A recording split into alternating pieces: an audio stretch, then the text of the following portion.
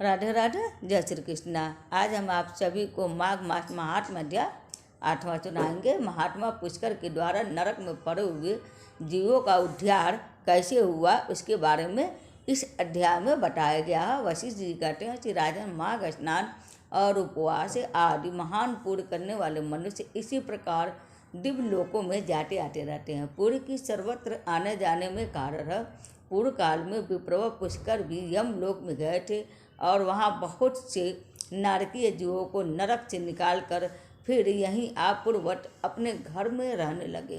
त्रेता युग में जब भगवान श्री रामचंद्र जी राज करते थे, तभी एक समय किसी ब्राह्मण का पुत्र मरकर यमलोक में गया और पुनः वह जी उठा। क्या यह बात तुमने नहीं सुनी है? देवकी नंदन श्री कृष्ण ने अपने गुरु संदीपनी के पुत्र को, जिसे बहुत दिन पहले ही ग्राह ने अपना ग्रास बना लिया था, पुनः यमलोक से ले आकर गुरु को अर्पण किया था। इसी प्रकार और भी कई मनुष्य यमलोक से लौट आए थे। इस विषय में संदेह नहीं करना चाहिए। अच्छा बताओ, अब और क्या सुनना चाहते हो? दिलीप ने पूछा। मुने, पुष्कर नामक श्रेष्ठ ब्राह्मण कहाँ के रहने वाले थे? वे कैसे यमलोक में आए और किस प्रकार उन्होंने नरक से पापियों का उद्धार किया? वशिष्ठ जी बोले, राजन, मैं महात्मा पुष्कर के चरित्र का वर्णन करता हूँ। वह सब पापों का नाश करने वाला है। तुम सावधान होकर सुनो। बुद्धिमान पुष्कर नंदीग्राम के निवासी थे। वे सदा अपने धर्म के अनुष्ठान में लगे रहने वाले और सब प्राणियों के हितैषी थे। सदा माघ स्नान और स्वाध्याय में तत्पर रहते तथा समय पर अनन्य भाव से श्री विष्णु की आराधना किया करते थे। महायोगी पुष्कर अपने कुटुंब के साथ रहते और नित्य अग्निहोत्र करते थे।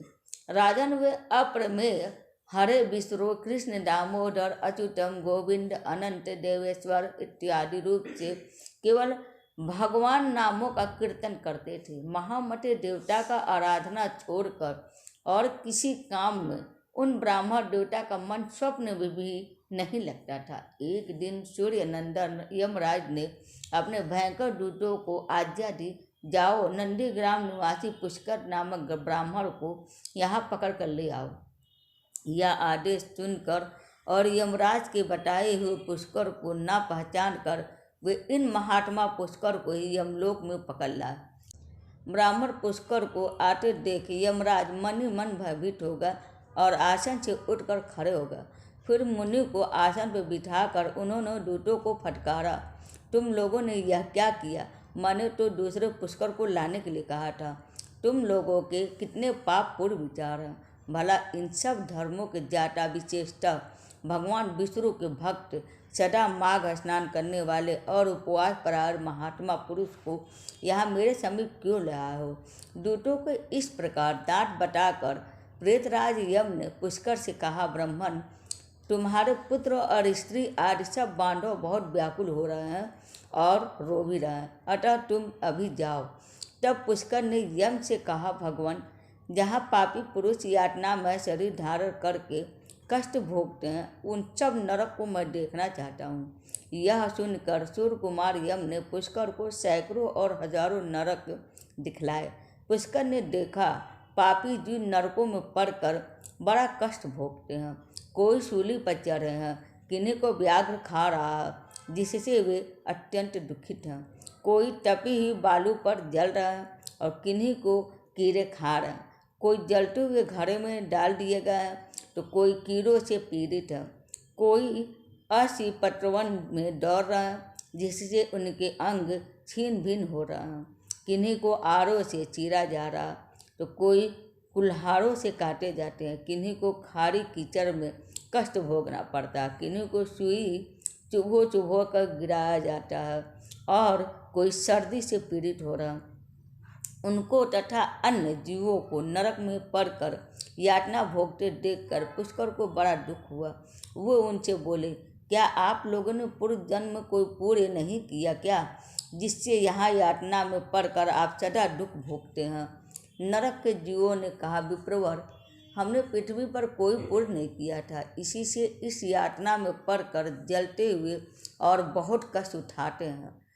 हमने पराई स्त्री से अनुराग किया और दूसरे के धन चुराए, अन्य जीवों की हिंसा की, बिना अपराधी दूसरों पर लांछन लगाए, ब्राह्मणों की निंदा की और जिनके भरण पोषण का भार अपने ऊपर था उनको भोजन किए बिना ही हम सबसे पहले भोजन कर लेते थे।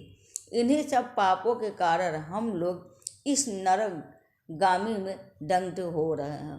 प्यासी गौवें जब जल की ओर दौड़ती हुई जाती तो हम सदा उनके पानी पीने में विघ्न डाल दिया करते थे।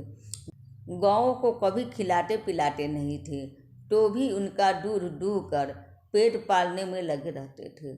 याचकों को दान देने में लगे हुए धार्मिक पुरुषों के कार्य में रोड़े अटकाया करते थे।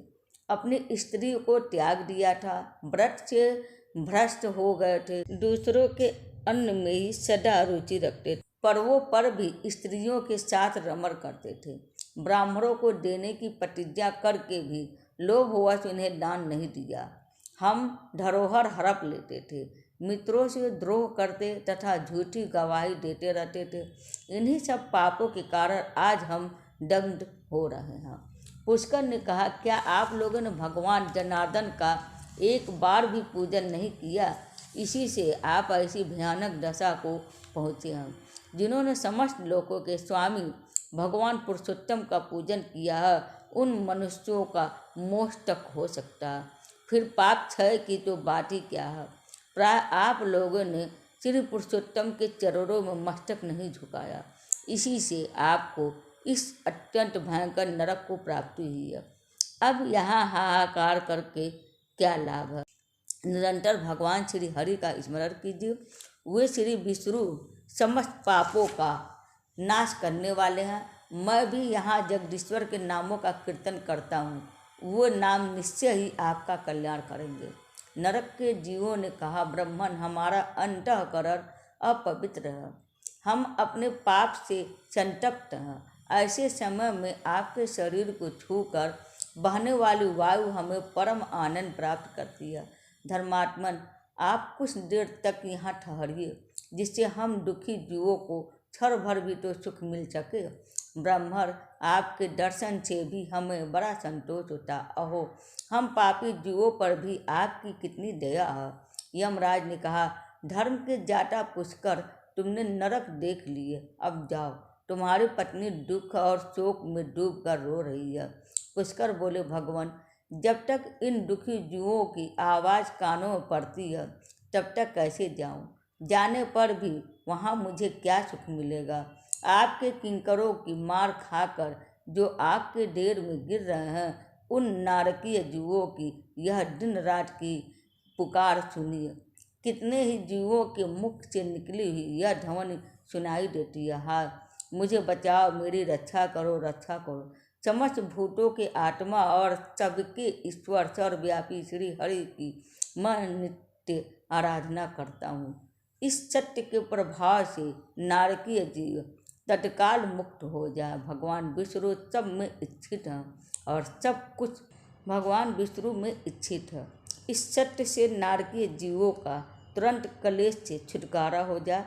हे कृष्ण, हे अच्युत, हे जगन्नाथ, हे हरे, हे विष्णु, हे जनार्दन, यह नरक के भीतर यातना में पड़े हुए इन सब जीवों की रक्षा कीजिए। पुष्कर के द्वारा उच्चारित भगवान के नाम चुनकर वहाँ नरक में पड़े हुए सभी पापी तत्काल उससे छुटकारा पा गए। वे सब बड़ी प्रसन्नता के साथ पुष्कर से बोले, ब्राह्मण, हम नरक से मुक्त हो गए, इससे संसार में आपकी अनुपम कीर्ति का विस्तार हो। यमराज को भी इस घटना से बड़ा विस्मय हुआ। वो पुष्कर से पास जा प्रसन्नचित्त होकर वरदान के द्वारा उन्हें संतुष्ट करने लगे। वे बोले, धर्मात्मन, तुम पृथ्वी पर जाकर सदा वहीं रहो। तुम्हें और तुम्हारे सहृदयों को भी मुझसे कोई भय नहीं है। जो मनुष्य तुम्हारे महात्मा का प्रतिदिन स्मरण करेगा, उसे मेरी कृपा से अपमृत्यु का भय नहीं होगा। वशिष्ठ जी कहते हैं कि यमराज के योग कहने पर पुष्कर पृथ्वी पर लौट आए और यहाँ पूर्ववत स्वस्थ होकर भगवान मधुसूदन की पूजा करते हुए रहने लगे। राजन, मेरे द्वारा कहे हुए महात्मा पुष्कर से इस महात्म्य को जो सुनता है उसके सारे पापों का नाश हो जाता है और भगवान विष्णु जी के नाम का कीर्तन करने से जिस प्रकार नरक से भी छुटकारा मिल जाता है वह प्रसंग मैंने तुम्हें सुना दिया। आदि पुरुष परमात्मा के नामों की थोड़ी सी भी स्मृति संचित पापों की राशि का तत्काल नाश कर, यह बात प्रत्यक्ष देखी गई है। फिर उन जनार्दन के नामों का भली भांति कीर्तन करने पर उत्तम फल की प्राप्ति होगी। इसके लिए तो कहना ही क्या है। माघ मास महात्म्य अध्याय 8वां संपूर्ण हुआ। उम्मीद है कि आप सबको मेरा वीडियो पसंद आया होगा। इसके बाद माघ का स्नान के नियम के बारे में बताएंगे, आप लोग जरूर सुनिएगा। नमो नारायण।